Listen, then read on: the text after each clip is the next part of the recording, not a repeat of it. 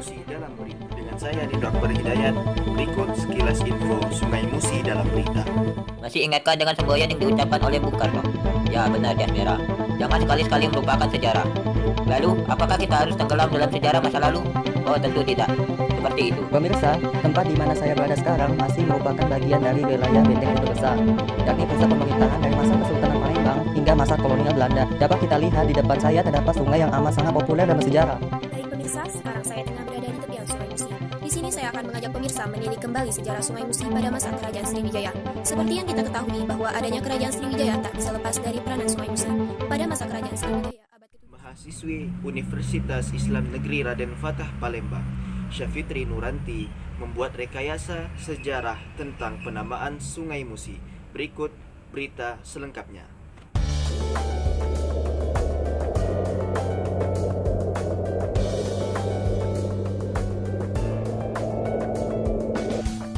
Palembang. Apa sih yang terlintas dalam benak pikiran kita ketika mendengar kata Palembang? Yang pasti kota POP, Ampera, atau mungkin Kerajaan Sriwijaya. Namun banyak yang melupakan ada ikonik kota Palembang lainnya. Salah satunya yaitu Sungai Musi. Lalu kira-kira dari mana sih asal mulanya nama Sungai Musi? Yuk kita dengarkan. Alkisah, dahulu terdapat sekelompok bajak laut dari negeri Cina yang senang mengembara. Mereka berlayar kemanapun arah angin membawa mereka.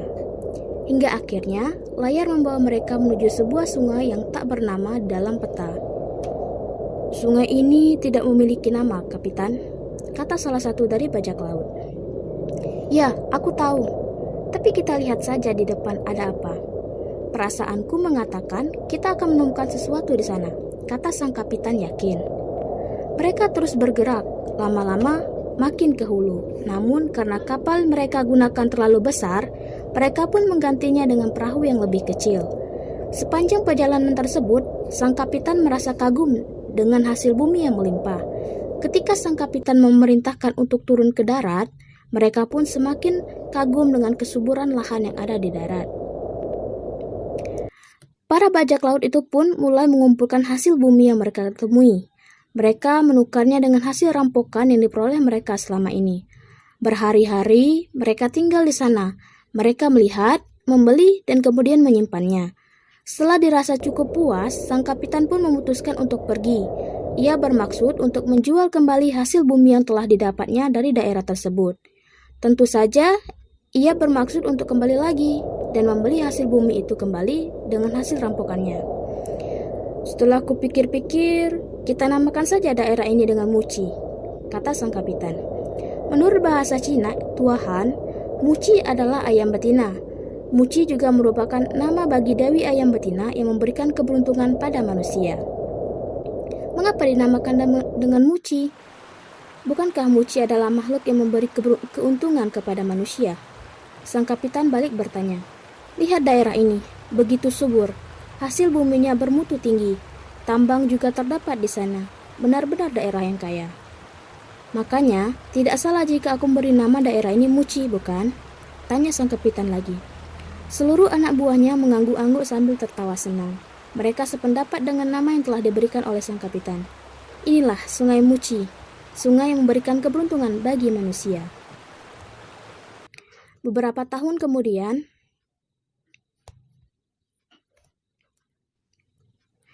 ketika bajak laut dari Cina itu kembali, mereka pun menyebut daerah itu dengan nama Muci. Beratus-ratus tahun kemudian, hingga yang kita kenal saat ini, kata Muci pun telah berubah menjadi Musi. Maka, Sungai Muci yang pada awalnya diberi nama oleh bajak laut Cina, kini telah berubah nama menjadi Sungai Palembang, Sumatera Selatan. Syafitri Nuranti melaporkan. Kita beralih pada rekan kita, Muhammad Riko Saputra, yang tengah berada di kawasan Sungai Musi. Baik, terima kasih. Pemirsa, masih ingatkah dengan semboyan yang diucapkan oleh Bung Karno? Ya benar, Jas Merah. Jangan sekali-sekali melupakan sejarah. Lalu, apakah kita harus tenggelam dalam sejarah masa lalu? Oh tentu tidak. Seperti itu. Sejarah adalah untuk dikenang. Namun, bangkit dari masa lalu adalah keharusan karena roda waktu akan terus berputar. Dari masa lalu, kita beranjak ke masa sekarang. Seperti apa Sungai Musi masa kini?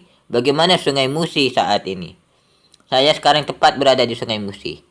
Sungai Musi kini berevolusi menjadi objek wisata bersejarah dan masih digunakan sebagai jalur transportasi air meski hanya dalam skala dan cakupan wilayah yang kecil.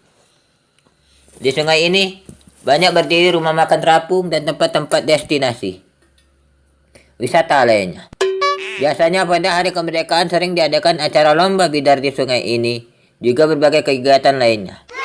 Di sepanjang aliran sungainya banyak terdapat tempat-tempat bersejarah, mulai dari Pulau Kemaro, Benteng Kota Besar, dan lain sebagainya. Pada siang hari, Sungai Musi nampak eksotis dengan beragam nilai sejarah yang melekat padanya. Namun, tak hanya berhenti di siang hari saja. Pada malam hari, Sungai Musi nampak romantik dengan pancaran lampu-lampu yang menerangi jembatan Ampera. Meski beribu-ribu kata dirangkai tak akan mampu untuk melukiskan betapa eksotis dan bersejarahnya bumi Sriwijayaku. Daripada banyak berhayal, yuk berkunjung ke bumi Sriwijaya, negari eksotis lagi bersejarah. Nah, selain sejarah di Sungai Musi, saya juga akan mengulas sedikit tentang tradisi yang dilakukan di Sungai Musi. Salah satu tradisi lomba perahu di Sungai Musi adalah perahu bidar. Lomba ini biasanya digelar setiap tahun dalam merayakan Hari Kemerdekaan Indonesia 17 Agustus dan Hari Jadi Kota Palembang 17 Juni. Namun perayaan Hari Kemerdekaan Indonesia pada 17 Agustus 2000 tahun ini tidak digelar karena pandemi COVID-19. Lalu, perahu bidar yang digelar di Sungai Musi diperkirakan pertama kali dilaksanakan saat merayakan ulang tahun Ratu Wilhelmina, Ratu Belanda pada 1898 di Palembang, Sumatera Selatan. Selanjutnya, lomba ini digelar setiap memperingati Hari Kemerdekaan Indonesia dan Hari Jadi Kota Palembang. Dari Sungai Musi, Palembang, Sumatera Selatan, Muhammad Rika Saputra melaporkan. Kita terhubung bersama rekan kita Dandi Tolu Putra yang mensiarkan langsung dari Benteng Kuto Besak. Bagaimana kabar di sana, Dandi? Pemirsa, tempat di mana saya berada sekarang masih merupakan bagian dari wilayah Benteng Kuto Besak, yakni pusat pemerintahan dari masa Kesultanan Palembang hingga masa kolonial Belanda. Dapat kita lihat di depan saya terdapat sungai yang amat sangat populer dan bersejarah, yaitu Sungai Musi.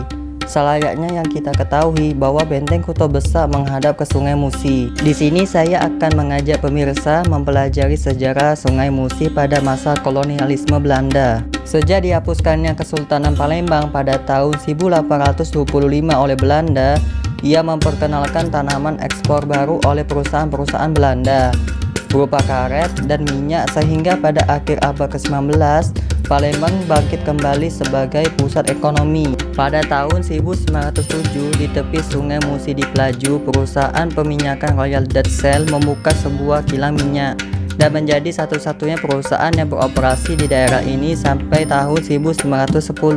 Pada tahun 1920, perusahaan minyak Amerika Standard Oil of New Jersey mendirikan anak perusahaan American Petroleum Company. Untuk mencegah undang-undang Belanda yang membatasi kegiatan perusahaan asing, American Petroleum Company mendirikan anak perusahaan Netherlands Colonial Oil Company yang dibangun di daerah Sungai Gerong yang masih merupakan aliran dari Sungai Musi. Selain itu, dengan bimbingan Thomas Karsten, salah satu pelopor proyek arsitektur di kota-kota Hindia Belanda, dirancangkan lalu lintas kota yang mana ilir berada dalam bentuk jalan lingkar yang dimulai dari tepi Sungai Musi, sehingga banyak dibangun jembatan di kedua sisi Sungai Musi. Pada akhir tahun 1920-an, kapal uap laut mengarungi Sungai Musi secara teratur. Di masa kolonialisme Belanda ini, Sungai Musi berevolusi dan berkembang dari daerah perdagangan rempah-rempah dunia menjadi daerah industri di bawah kekuasaan Belanda. Dari Benteng Kuto Besak, Palembang, Muhammad Dandi Tolo Putra melaporkan. Terima kasih kepada Dandi. Sekarang kita beralih kepada rekan kita Marina Agustina yang tengah berada di lokasi. Baik pemirsa, sekarang saya tengah berada di tepian Sungai Musi. Di sini saya akan mengajak pemirsa menilik kembali sejarah Sungai Musi pada masa Kerajaan Sriwijaya. Seperti yang kita ketahui bahwa adanya Kerajaan Sriwijaya tak bisa lepas dari peranan Sungai Musi. pada masa kerajaan Sriwijaya abad ke-7 sampai 14 Masehi. Sungai Musi menjadi jalur strategis lalu lintas perdagangan dunia baik internal maupun eksternal. Perdagangan internal di Sumatera yang melalui Selat Bangka terjadi dikarenakan perbedaan sumber daya lingkungan antara daerah hilir dan hulu Sungai Musi. Palembang bergantung pada daerah pedalaman sebagai daerah penyangga ibu kota Sriwijaya. Faktor yang mempengaruhi terjadinya pertumbuhan kebudayaan besar Sriwijaya dikarenakan letaknya yang berada di jalur komunikasi internasional antara Samudra Hindia, Laut Cina, Persia, Arab, bahkan Eropa. Dibuktikan dengan banyaknya ditemukan artefak-artefak bahkan bangkai kapal. Pola pertukaran barang dalam perniagaan yang terjadi yaitu redistribusi atau penyaluran kembali. Kerajaan Sriwijaya mampu mencapai kejayaan dengan menjadi pusat perdagangan dunia melalui Sungai Musi dan menjadi negara maritim yang menguasai seluruh Sumatera. Adapun barang-barang yang dihasilkan oleh daerah Sriwijaya yaitu berupa penyu, gading, emas, perak, kemenyan, kapur barus, damar, lada, dan lain-lain, yang kemudian akan dibeli oleh pedagang asing dan ditukar dengan produk luar negara seperti porselen, katun, dan sutra. Adanya kegiatan ini mendorong masuk dan berkembangnya agama Hindu-Buddha di wilayah Sungai Musi. Dari Taman Purbakala, Kerajaan Sriwijaya, Palembang, Marina Agustina melaporkan. Demikian berita yang dapat kami sampaikan agar dapat mengedukasi pemirsa di rumah. Saya dan rekan saya pamit undur diri. Wassalamualaikum warahmatullahi wabarakatuh.